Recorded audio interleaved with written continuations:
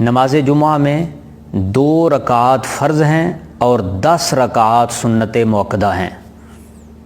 وہ جو فرضوں کے علاوہ 10 رکعات سنت موقدہ ہیں وہ 4 2 فرضوں سے پہلے ہیں اور 2 فرضوں کے بعد پھر 4 اور پھر 2، یعنی 2 فرضوں سے پہلے 4 اور 2 فرضوں کے بعد 6، تو یہ کل 10 رکعات سنت موقدہ ہیں۔ تو یہ جو 10 رکعات سنت موقدہ پڑھنے کی نیت کرنی ہے تو اس میں ظہر کی نیت نہیں کرنی، بلکہ اس میں آپ نے نماز جمعہ کی نیت کرنی ہے اور نماز جمعہ کی نیت سے ان کو ادا کرنا ہے۔